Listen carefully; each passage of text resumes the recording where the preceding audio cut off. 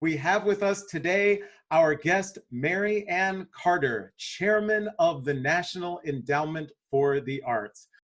Thank you, Aaron. I'm glad to be here. You are our nation's leader as it relates to the arts. How did your passion for the arts kind of emanate from or come from? Well, it's interesting, Aaron, because I think I was just an average art fan. I love to dabble here and there, but I never really considered myself as an arts person. And then when my daughter was 7 years old, she was diagnosed with dyslexia. And so I started searching around for a school where I knew she could be successful. And so I found a school that specialized in kids with dyslexia. And the real difference in this school was that they integrated the arts into the teaching method. I became such a huge proponent and realized this was something I felt I could really help with, spreading the word on what arts means to everyday life. I know there's so many times when we see this role that the arts can play, especially in amongst young people. So thank you for that. When you kind of look now with everything related to the pandemic, is there something that you view as the primary role of the agency when you take all that breadth into account? I think our number one priority right now, and this is what everyone at the agency is focused on, is the survival of the arts organizations across the country. They are hurting. There's a lot of comparison between the pandemic, the economy now, and the economy in 2008 with the recession that hit. But it's so much worse now because all across America, our arts organizations, their doors are closed. The facilities aren't allowing anyone in. There's no income coming in. And that's drastic. And it may be that way for a while.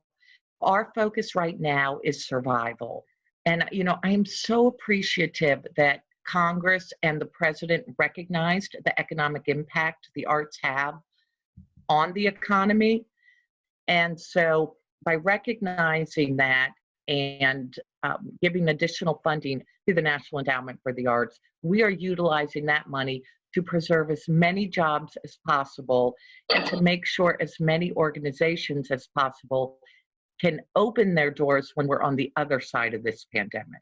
How do you view the importance of the arts for communities specifically like Detroit or similar communities around the country?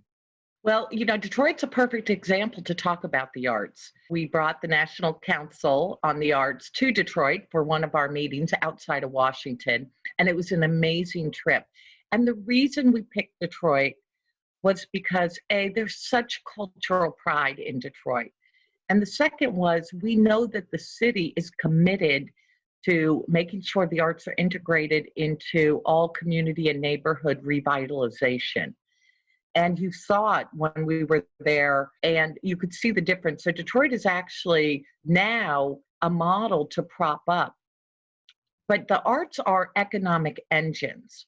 And that's why it's vital that we preserve the jobs and make sure these organizations can reopen on the other side of the pandemic, because they really are economic engines for not just urban communities like Detroit, but for rural communities scattered all over Michigan and the rest of the country.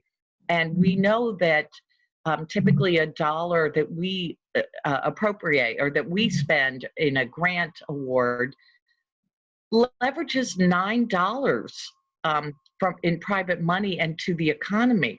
That is a great return on investment.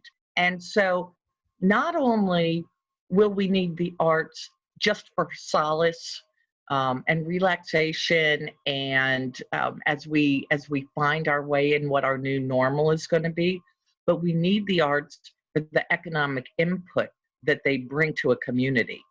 Thank you so much for joining us and for taking this time. We really appreciate it.